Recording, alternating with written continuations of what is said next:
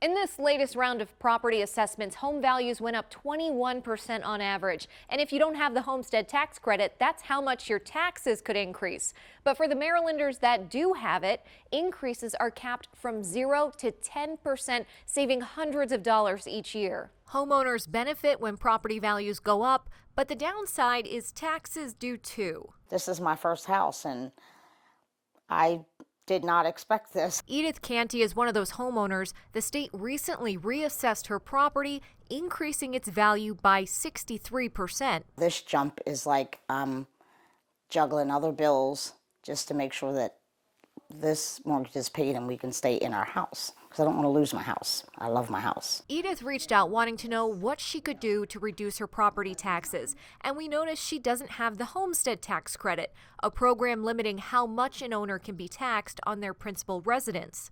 In Maryland, taxes on property increases are capped at 10%, but in Baltimore County, where Edith lives, it's 4%. So while her home was assessed at $198,000, taxes would be based on a $137,000 valuation, saving her over $1,400 over 3 years. We didn't know it was out there.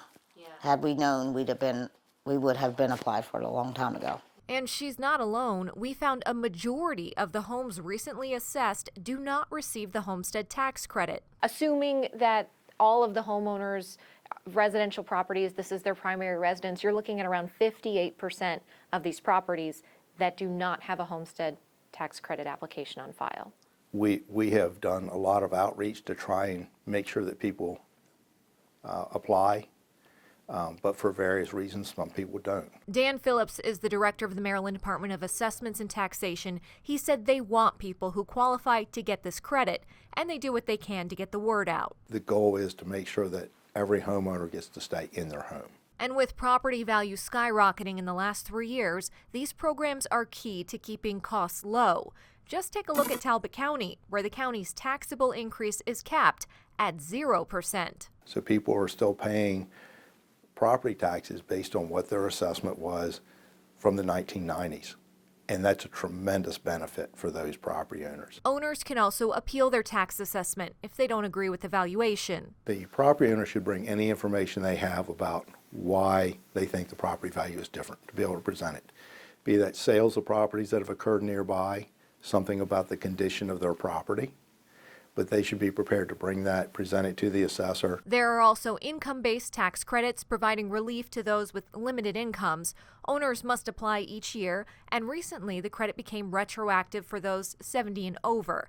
But the homestead is not, meaning the sooner you apply, the sooner you'll see those savings, something Edith wished she'd known about when she moved in. Make sure that you know how much the home costs, what the property value is, how much taxes you're paying. Because in the end, if you don't, it's going to be your own undoing.